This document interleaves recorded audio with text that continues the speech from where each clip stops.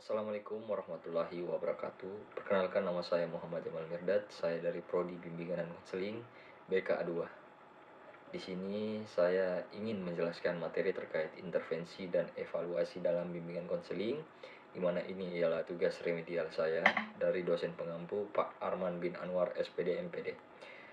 Kita masuk saja ke materinya, yaitu strategi intervensi dan teknik konseling, di mana berbicara tentang strategi intervensi. Berdasarkan analisis kasus, strategi intervensi ini dapat disesuaikan dengan kebutuhan khusus siswa, jenis masalah yang dihadapi, serta tujuan akhir yang ingin dicapai dalam konseling. Berikut ialah beberapa strategi intervensi yang bisa kita terapkan. Yang pertama ialah intervensi individual, di mana strategi ini cocok ketika siswa menghadapi masalah yang sangat personal, misalnya masalah keluarga atau kesulitan mengelola emosi. Kemudian intervensi kelompok, di mana ketika analisis kasus menunjukkan bahwa beberapa siswa mengalami masalah serupa, seperti kecemasan ujian atau kesulitan dalam bersosialisasi, konselor dapat mengadakan sesi kelompok. Kemudian pendekatan sistematik.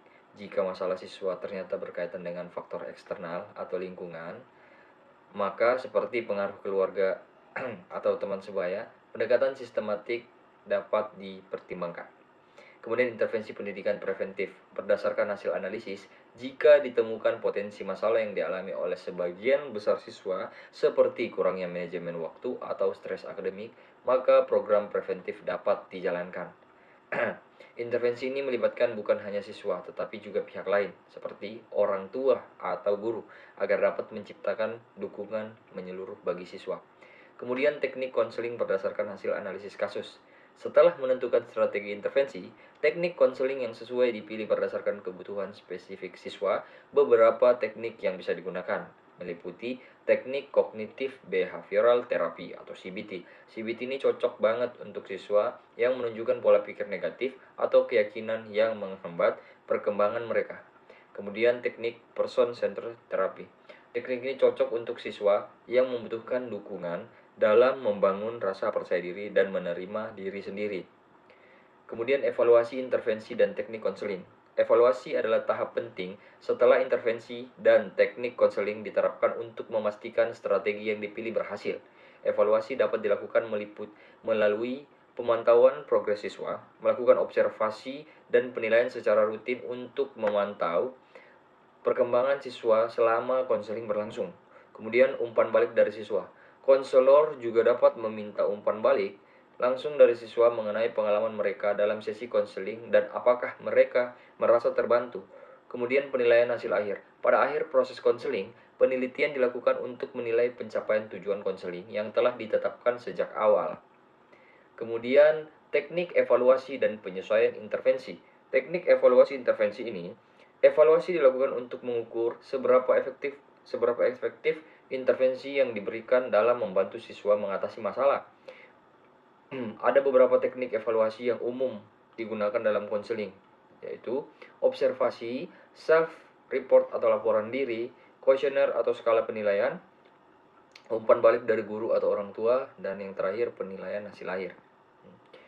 Yang kedua, penyesuaian intervensi berdasarkan hasil evaluasi. Berdasarkan hasil evaluasi, penyesuaian intervensi mungkin diperlukan jika intervensi awal tidak memberikan hasil yang diharapkan atau ada perubahan dalam kebutuhan siswa. Langkah-langkah penyesuaian intervensi meliputi peninjauan ulang tujuan, mengubah atau menambah teknik konseling, menambah intensitas atau durasi intervensi, memodifikasi materi atau pendekatan, mengikut sertakan pihak lain, yaitu pendekatan sistematik, menyusun rencana tidak lanjut, dan yang terakhir, memberikan pendidikan keterampilan mandiri.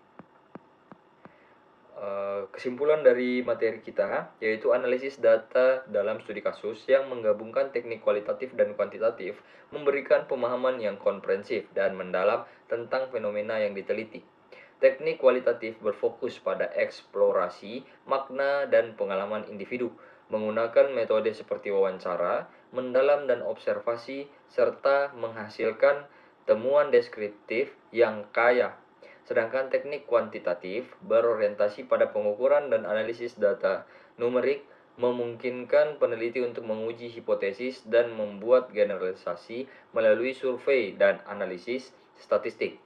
Penggabung Penggabungan kedua pendekatan ini melalui triangulasi dan analisis campuran meningkatkan validitas dan reliabilitas temuan serta memberikan sudut pandang yang lebih luas. Dengan demikian, analisis yang terintegrasi ini tidak hanya memperkaya pemahaman peneliti, tetapi juga memberikan kontribusi signifikan terhadap pengembangan ilmu, pengetahuan, dan praktik di bidang terkait.